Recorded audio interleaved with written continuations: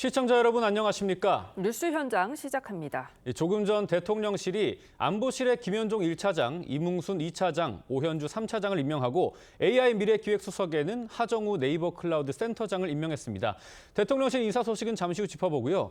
이스라엘이 지금 사흘째 이란을 향해서 공습을 퍼붓고 있는데 이란도 보복 공격에 나서면서 양측에서 사상자가 속출하는 등 피해가 커지고 있습니다. 국제부 취재기자 연결해 자세한 내용 알아보겠습니다. 자, 신은소 기자, 현재 상황 어떻습니까? 네, 이스라엘군이 현지 시간 15일 새벽 이란 수도 테헤란의 국방부 건물을 타격했다고 미국 CNN 등이 보도했습니다. 이스라엘군은 또 핵 관련 시설로 추정해온 방어혁신연구기구 건물도 공격했다고 발표했습니다. 사흘 연속 이란에 대한 공습을 이어가고 있습니다. 앞서 어제도 이란 각지에 공습을 퍼부었습니다. 이란 최대 규모의 가스전 정제 시설에 이스라엘군 무인기 공격으로 추정되는 큰 불이 발생해 천연가스 생산이 일시적으로 중단됐습니다. 이스라엘군은 또 이란 서부 미사일 저장고와 발사대 등이 있는 지하 시설도 공격했습니다. 이란 측은 이스라엘의 공격으로 고위 군 관료 등 70여 명이 숨지고 320명 이상이 다쳤다고 밝혔습니다.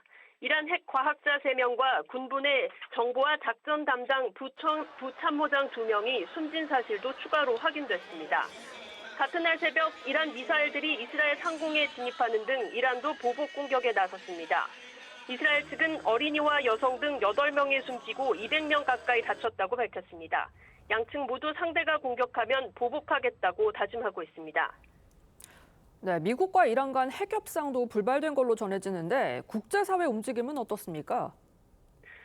네, 오늘 오만에서 열릴 예정이었던 미국과 이란 간 6차 핵 협상은 결국 취소됐습니다. 앞서 오만 외무장관은 이 같은 회담 취소 사실을 공식적으로 알렸습니다. 이란은 이스라엘의 공격에 미국이 동조하고 있다고 주장하는 것으로 전해졌습니다.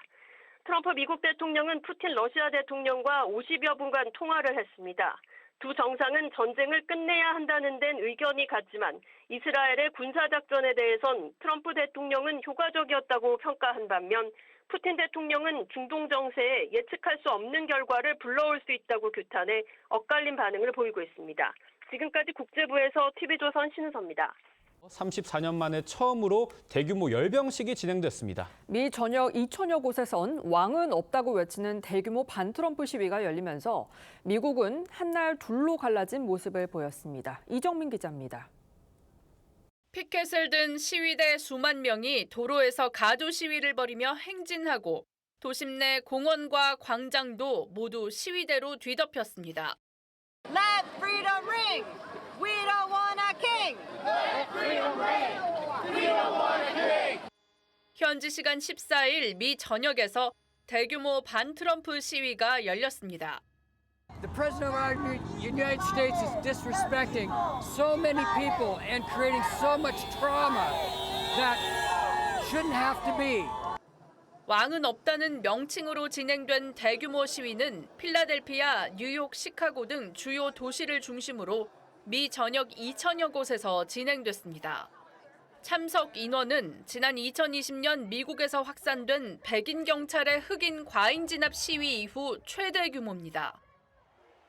같은 날 수도 워싱턴 DC에선 트럼프 대통령 생일과 미 육군 창설 250주년 기념일을 축하하는 대규모 열병식이 열렸습니다.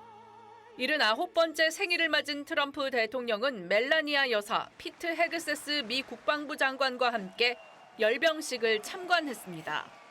워싱턴 DC의 상징인 링컨 기념관에서 워싱턴 모뉴먼트까지 이어진 열병식엔 군인 6,700명을 비롯해 차량 150대와 항공기 50대, 말 34마리, 노새 2마리, 개 1마리가 동원됐습니다.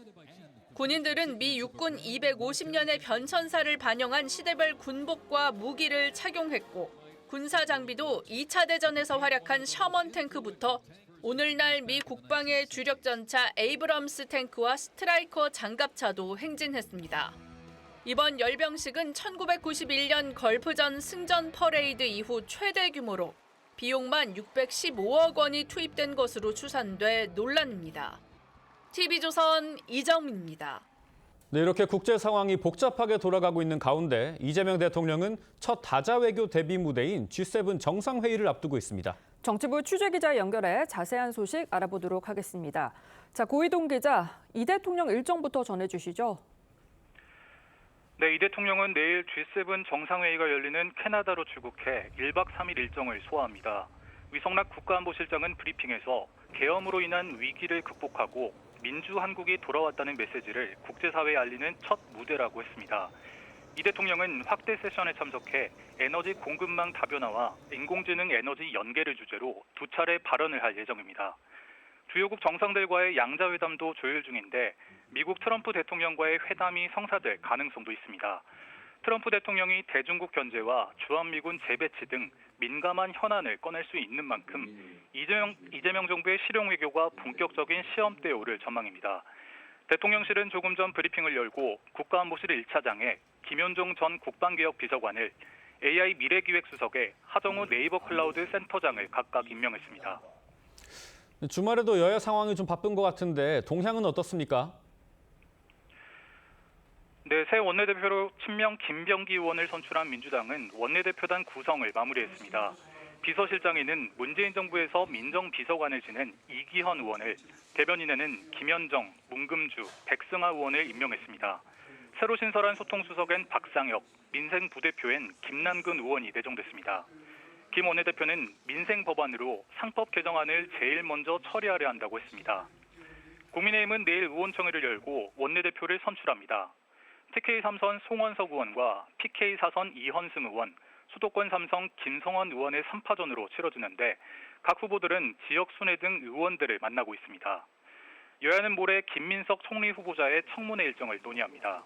최근 김 후보자의 불법 정치자금 제공자와의 금전 거래 의혹과 아들의 미국 유학 학비 문제 등이 불거진 만큼 청문회 과정에서도 여야의 치열한 공방이 오갈 것으로 보입니다. 지금까지 정치부에서 전해드렸습니다. 자, 국회 인사청문회를 앞둔 김민석 국무총리 후보자에 대한 의혹이 가라앉지 않고 있습니다. 인사청문회 전국부터 닻을 올린 3대 특검의 쟁점들, 조기현 민주당 법률위 부위원장, 송영훈 전 국민의힘 대변인과 짚어보겠습니다. 안녕하십니까? 반갑습니다. 네, 본격적인 대담에 앞서서 조금 전 있었던 속보 소식 먼저 짚어드리겠습니다. 이재명 대통령이 안보실 1차장에 이 김현종 전 국방개혁 비서관 그리고 이뭉순 2차장, 오현주 3차장을 임명을 하고 AI 수석에는 하정우 네이버 클라우드 센터장을 임명을 했습니다. 조기현 변호사님, 이 인사는 좀 어디에 방점을 찍은 걸로 봐야 됩니까?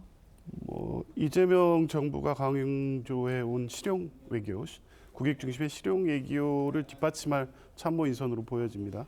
먼저 김현종 1차장 같은 경우에는 정통 군 출신이죠. 네. 국방개혁 정책 문재인 정부 때 주도했었고요. 그런 측면에서 보면 안보와 이 통상 경제 부분을 연결시키면서 안보에 대한 관련된 어떤 이 조언을 할 참모로 인선을 했고 예. 이뭉순 2차장 같은 경우에는 지금 캐나다에 있습니다. 주 캐나다 공사인데요. 네. 그 현지에서 G7 회담도 주도적으로 준비하고 있었던 것으로 알려져 있습니다. 대미 통상 외교 전문가고요. 그래서 조금 전에 얘기했던 김영종 1차장과 더불어서 안보와 이 경제, 통상 간의 이 두 부분을 뒷받침할 1차장, 2차장의 인선이었던 것으로 보입니다. 네, 이렇게 내각 인선이 속속 진행이 되고 있는데 지금 김민석 국무총리 후보자에 대해 부당한 금전 거래 의혹과 이른바 아빠 찬스 의혹 등이 제기가 되고 있습니다. 김민석 후보자 입장을 곧 밝히겠다라고 했고 국민의힘에서는 거취를 결단해라 이렇게 공세를 이어가고 있습니다. 양측 입장 먼저 들어보시죠. 제가 곧 국민들 전체께서 보실 수 있도록 알려드릴 거예요. 오늘에 올리시는 그 두 가지 글을 보시면 국민께서 가지시는 의혹들이 다 말끔히 해소될 거라고 생각을 하시나요? 그렇게 보고 있습니다. 조속히 거취를 스스로 결단해야 합니다. 수입은 국회의원 세비밖에 없는 것으로 보이는데 5년 동안에 6억 원의 추징금을 다 완납을 했고 7억 원의 순자산이 늘어났습니다. 자금의 출처가 어디인지 국민들이 이해할 수 있도록 소명해야 한다고 생각합니다.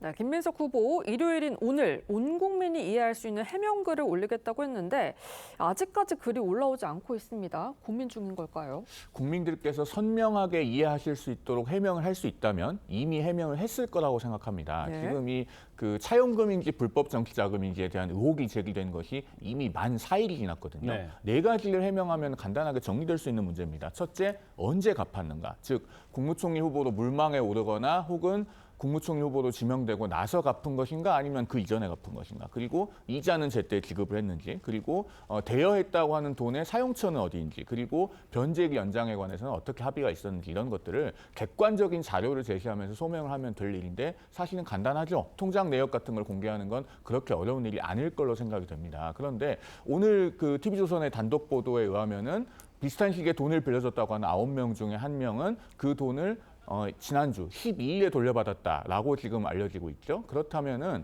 이 문제의 4천만 원에 대해서도 만약에 변제가 완료됐다고 하더라도 그것이 최근일 가능성을 배제할 수 없습니다. 아직까지 김민석 후보자의 입장이 나오지 않고 있기 때문에 국민들께서 점점 의아하게 생각하고 계실 것이다라고 말씀드립니다. 우리 송 대변인이 언급해 주셔서 부위원장님께 좀 질문을 드릴게 국민의힘 쪽에서 나오는 의혹의 핵심이 지금 2020년부터 5년간 5억 1천만 원 정도의 세비 말고는 수입이 없었는데 추징금 6억 2천만 원을 납부하고도 재산이 늘었다.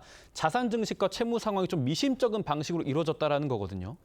오늘 이제 이 부분을 상세하게 밝히겠다는 입장이었기 때문에 이게 이제 지금 송영훈 대변인 말씀하신 대로 이 설명 가운데 또 이 논리적 맥락이 틀리면 또 다른 불필요한 의혹 제기가 계속 제기될 것이기 때문에 신중한 접근을 할 수밖에 없습니다.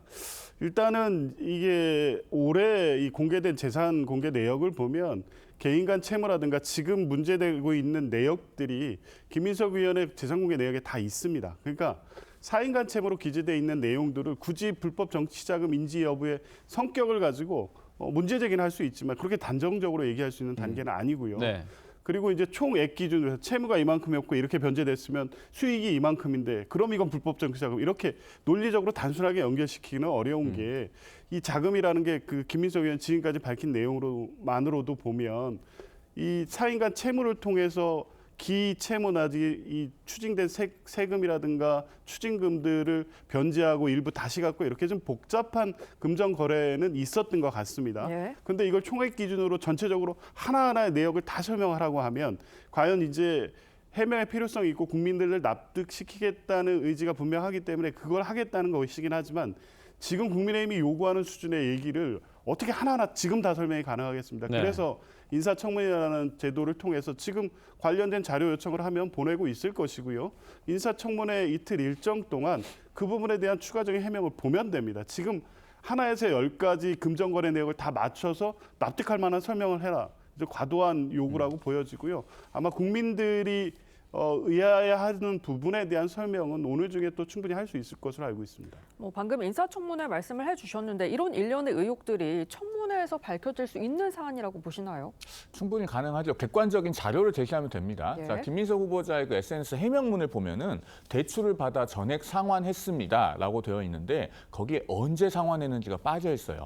법률가들은 그런 문장을 볼 때 왜 거기에 시점이 들어가 있지 않을까라고 하는 것을 대단히 유심히 봅니다. 그렇기 때문에 계속 의문을 제기하고 있는 것이고요. 그다음에 김민석 후보자의 재산에 관해서는 김민석 매직이라고 부를 만한 석연치 않은 일들이 있습니다. 자, 2020년 재산 신고 내역에 미납 추징금이 6억 1,600만 원이었어요. 2025년 현재는 추징금을 모두 완납을 했는데 2020년 당시에는 순자산이 마이너스 5억 8천만 원이었습니다. 그런데 2025년에는 순자산이 플러스 1억 5,500만 원이에요. 그러면은 제가 계산해 보니까 7억 3,588만 원 정도 증가를 했는데 6억 1,600만 원의 추징금을 다 갚으면서 어떻게 이런 게 가능할 수 있는지 많은 국민들께서 의문을 가지고 계실 것이고 결국은 인사청문회 과정에서 본인의 금융거래 내역을 비롯한 소득신고 내역 등등 객관적인 자료를 제시해서 국민적 의혹을 불식시켜야 될 것이다라는 말씀을 드립니다.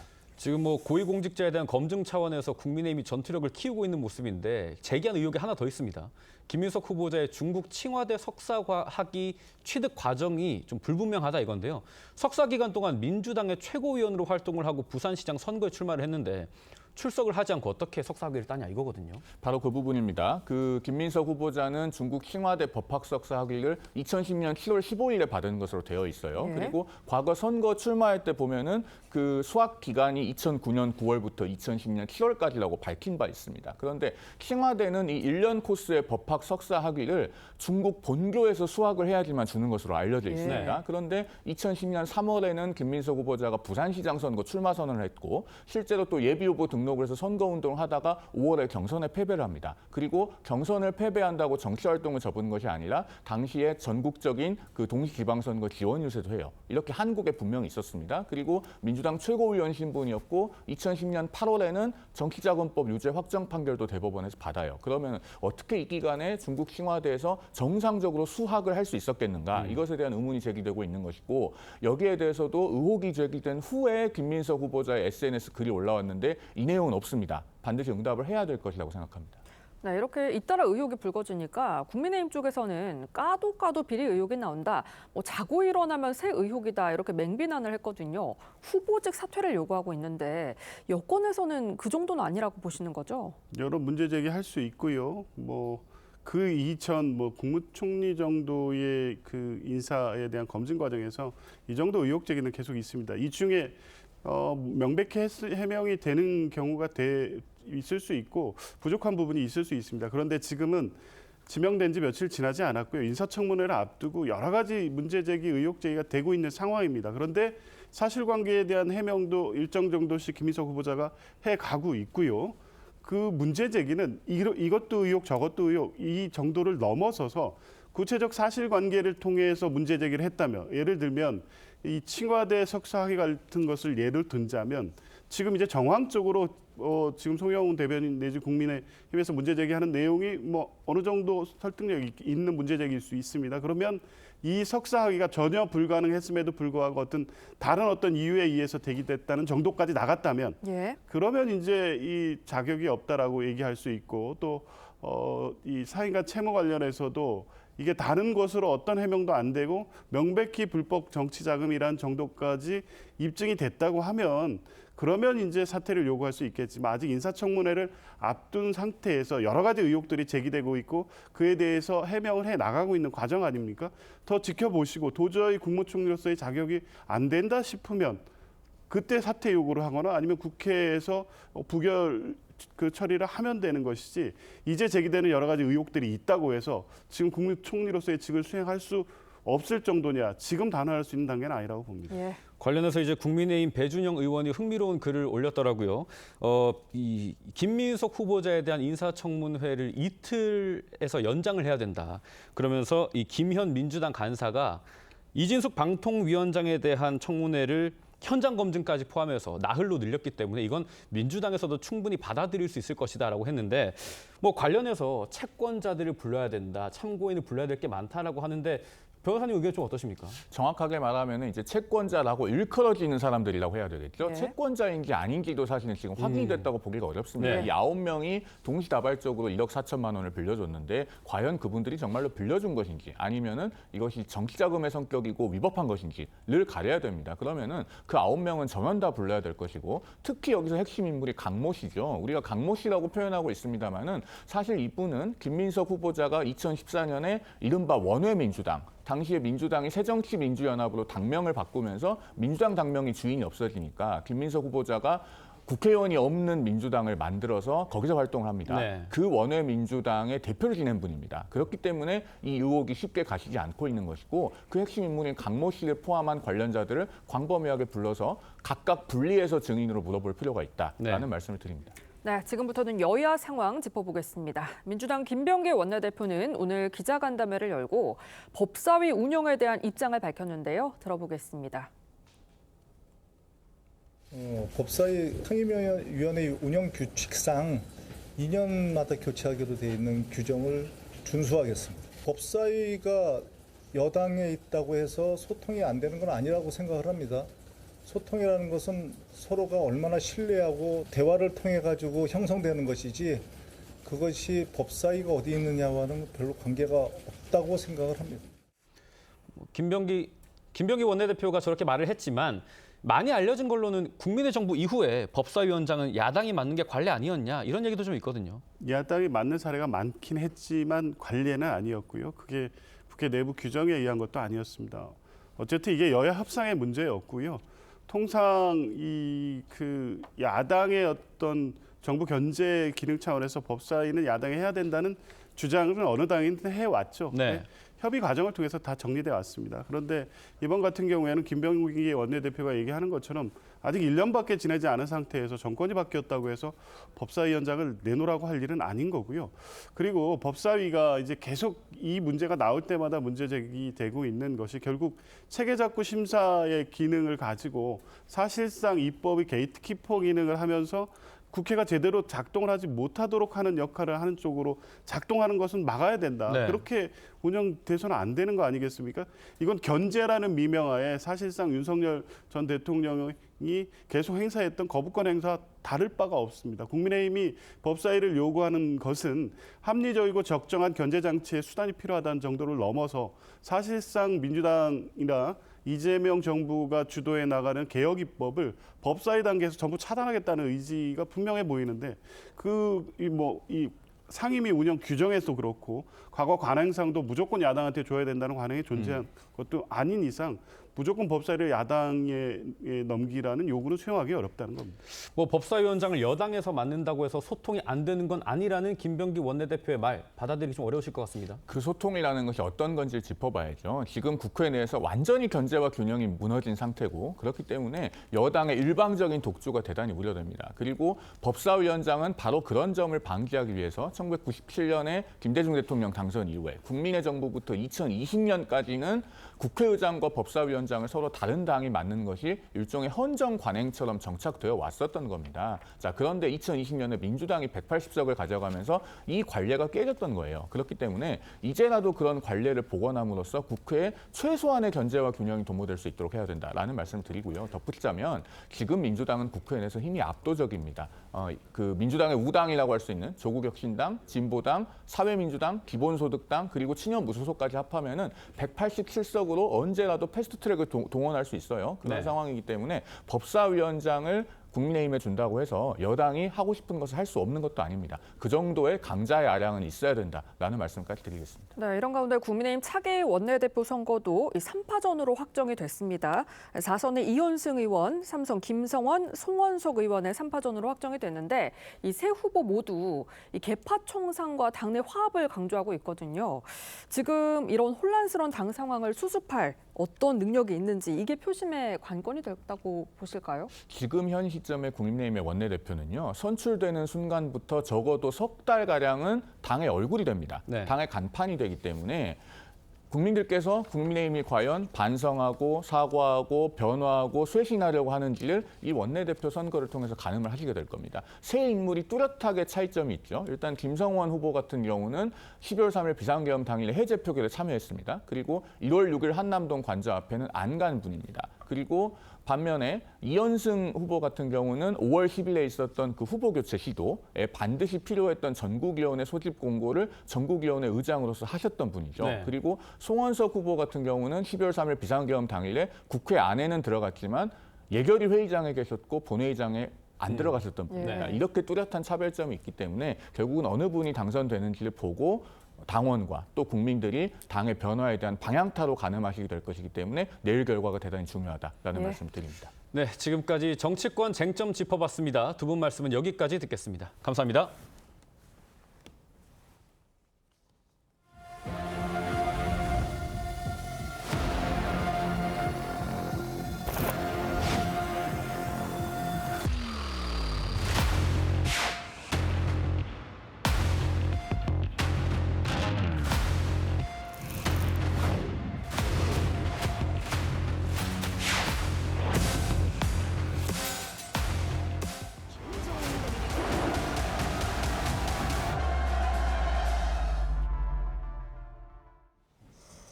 네, 북한 이슈를 전문가와 짚어보는 북한을 보다 시간입니다. 이스라엘과 이란의 충돌 속 전면전 우려가 커지면서 이 남북 관계에 미칠 영향도 주목이 되는데요. 문성묵 한국국가전략연구원 통일전략센터장과 자세히 짚어보겠습니다. 안녕하십니까, 안녕하십니까? 선생님. 안녕하십니까. 네, 이스라엘의 이란 핵시설 공습 후에 양측이 치열한 공방을 주고받고 있습니다.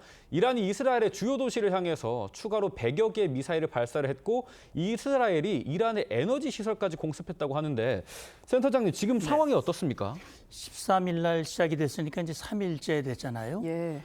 이스라엘이 계속 공격을 했고 나탄즈 주요 핵시설을 비롯해서 이란의 주요 군사 지휘관들도 이제 희생이 됐죠. 네. 그러면서 이란이 강력한 응징 보복을 천명을 하고 즉각 100여 개의 미사일을 동원해서 이스라엘을 공격을 했는데 사실 그동안 국제사회에서 아이언돔이라고 굉장히 이스라엘이 자랑하는 그런 방공망이 뚫리고 그렇죠. 일부 이스라엘에서도 인명 피해가 발생을 하고 네. 있고 그러다 보니까 또 이스라엘로서도 또 다시 반격을 하면서 그 공격의 대상을 늘려나가고 있어요. 그러니까 그 확대를 하고 있는데 기존의 군사시설에 더해서 에너지 시설이라든지 주요 기반 시설을 타격을 했는데 예를 들어서 지금 이란 그 보도에 따르면은 사우스 파르스 가스전 14광구 정제 시설에 큰 불이 났다. 아, 예. 이게 무인기에 의한 이 타격이다라고 얘기를 하고 있거든요. 네.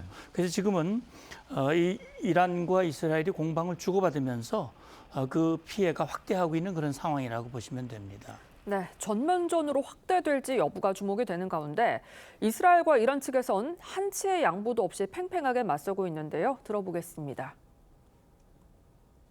مسلم نیروی مسلح جمهوری اسلامی ضربه‌های سنگینی بر این دشمن خبیث. More is on the way. The regime doesn't know what hit them. They don't know what will hit them.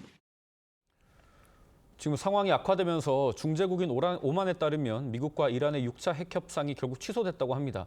이 관련해서 트럼프 대통령과 푸틴 러시아 대통령도 해법을 지금 논의하고 있다고 하는데 외교적으로 지금 해결이 가능한 상황일까요? 예, 외교적으로 해결이 될 필요가 있는데 뭐 가능성이 전혀 없다라고 말할 수는 없으나 그게 빠른 시간 내에 외교적 해법이 나올 가능성은 좀 현재로서는 어렵다라는 생각이 더 많아요.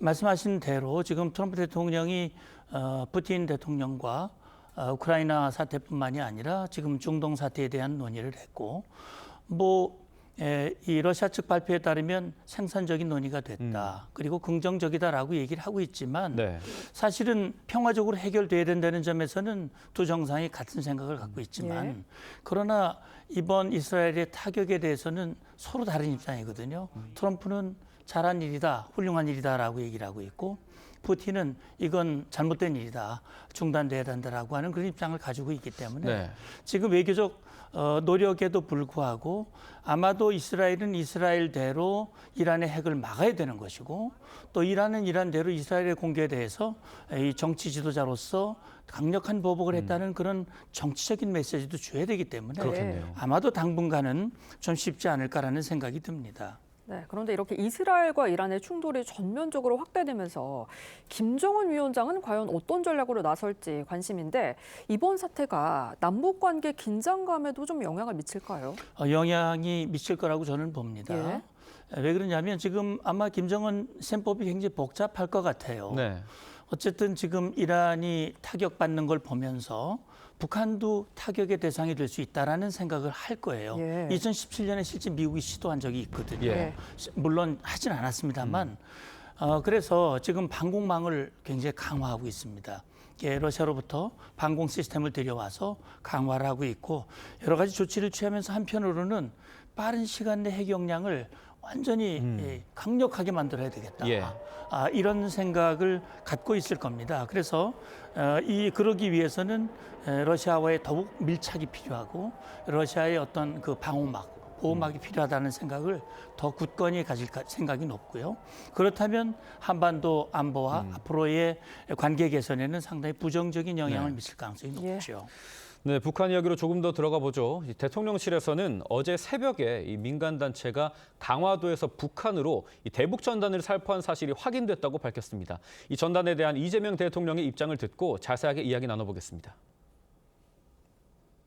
북한으로 불법으로 보내는 거는 지금 통일부가 어쨌든 자제 요청을 했고, 근데 어겨서 계속하면 그건 이제 강력하게 처벌해야죠. 물리적으로 제지하고. 정부가 내일 종합대책을 논의하기로 했는데요. 사후 처벌 대책 등이 논의될 전망인데 정부는 엄중한 조치가 필요하다 이런 입장이에요. 네, 지금 정부 입장에서는 어쨌든 대북 전단 살포가 그 지역 주민들의 안전을 위협하고 또 군사적 긴장을 고조시킬 수 있다라고 하는 명분으로 이런 얘기를 하고 있고 사실 명분 차원에서는 맞는 얘기라고 봅니다. 예. 다만 이게 대북 전단 살포는 그런 위험 요인도 있지만은 또 우리 정부가 추진하는 자유, 민주, 평화, 통일, 북한의 변화 이런 차원에서 보면 또 북한 주민들의 인권, 알 권리 그런 걸 생각한다면 대북 전단이 모두 다 불법이고 잘못된 것이다라고 말하기도 어려운 측면이 분명히 있거든요. 그런 차원에서 봤을 때 지금 정부가 여기에 이제 드라이브를 거는 것은 어쨌든 대화의 분위기를 모멘텀을 유지하고자 하는 강한 의지 그것과 함께 지금 현실적인 필요, 주민들의 안전 문제 이런 것들을 염두에 두고 있다고 생각을 합니다. 그래서 예방이라고 하는 것은 관련 단체들과 충분히 논의를 거쳐서 이것이 주민들의 안전에 위협을 가하는 그런 방법이 아닌 보다 현명한 그런 대책들을 마련하고 또 관련 법에 따라서 또 헌법 정신도 있지 않습니까? 거기에 따라서 아마 논의가 될 걸로 생각을 합니다. 지금 센터장님이 언급을 해주셨는데 이재명 대통령이 취임 직후에 대북 확성기 방송을 중단을 했고 이번에 대북 전단 살포도 중단을 요청을 했지 않습니까? 나름대로 유화의 제스처를 던지고 있는 건데 북한이 어떻게 응답할지도 궁금합니다. 일단 우리가 확성기 방송을 중단하자 그동안 소음 방송을 내놨던 북한이 그걸 중단을 했거든요. 그럼 그걸 이제 앞으로 북한이 대화에 나올 가능성 그런 신호로 볼 수 있겠느냐 하는 부분에 대해서는 저는 뭐 좀 더 부정적인 생각을 가지고 있습니다. 왜 그러냐면 사실 대화가 중단된 것이 우리 확성기나 또 우리 뭐 전단 때문이 아니었거든요. 그런 차원에서 봤을 때 지금 김정은의 속내는 남북 관계의 발전, 남북 대화 별로 관심이 없고 우리 대화의 상대로 보지 않는 데 문제가 있는 겁니다. 그래서 당분간 북한이 남북 대화에 나올 가능성은 높지 않다. 그런 차원에서 우리 정부가 너무 매달리는 그런 모습을 보이는 것도 사실은 바람직하지 않다는 생각이 듭니다.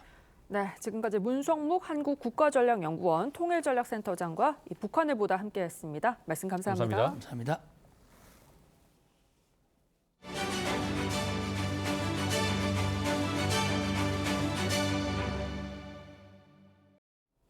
대구의 한 아파트에서 스토킹하던 50대 여성을 살해하고 달아난 40대 남성이 범행 닷새 만에 붙잡혔습니다. 이 남성은 범행 직후 승용차를 타고 세종으로 이동한 뒤 야산으로 숨어들어 청주로 도주했습니다. 세종시 조치원읍에서 남성을 검거한 경찰은 범행 동기를 수사한 뒤 곧바로 구속영장을 신청할 예정입니다. 캠핑이 유행하면서 공영주차장이나 공터에 캠핑카를 세워놓는 이른바 알박기가 계속해서 문제가 되고 있습니다. 시민 불편에도 강제 견인마저 쉽지 않다고 하는데 해결책은 없는지 하동원 기자가 취재했습니다. 부산의 한 무료 공영주차장. 주차면 곳곳을 캠핑카와 카라반이 차지하고 있습니다. 오래 방치한 듯 앞유리 창마다 먼지가 가득 끼었습니다.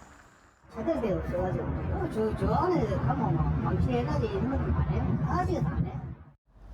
한 캠핑카에는 9달 전에 부착한 경고문이 붙어 있습니다. 차주들은 주차할 곳이 마땅치 않다고 항변합니다. 차가 아무래도 크니까 아파트라든지 이런 데 주차할 수가 없죠. 인천의 공영주차장도 캠핑카와 카라반의 장기주차, 이른바 알박기로 몸살을 앓고 있습니다. 교통약자 주차 공간까지 버젓이 차지했습니다. 차주의 연락처가 없는 경우가 많아 단속 요원들이 할 수 있는 건 경고문을 붙이는 게 전부. 연락이 닿아도 사실상 별다른 방법이 없습니다. 일단 외주는 있어야 될 거예요. 외주요?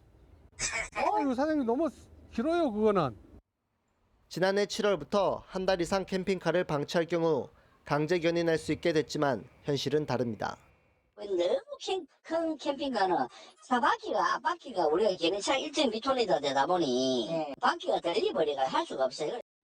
아파트나 주택가에 주차할 곳이 마땅치 않아 알박기가 사라지지 않자 아예 주차료를 받는 전용 주차장을 만든 곳도 있습니다. 하지만 수요에 비해 턱없이 부족합니다.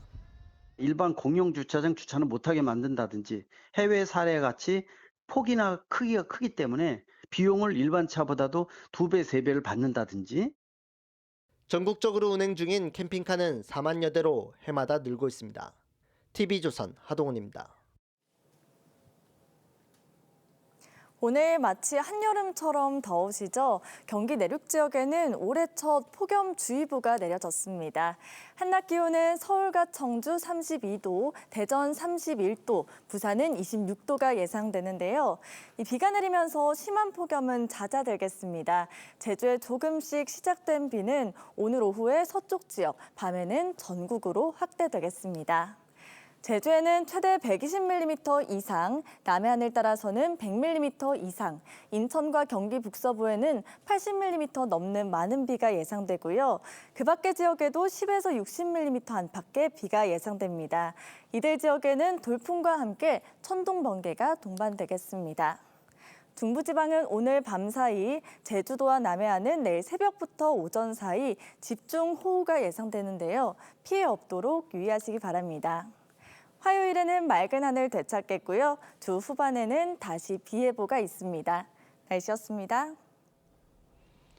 6월 15일 일요일 TV조선 뉴스 현장은 여기까지입니다. 함께해 주신 여러분 고맙습니다.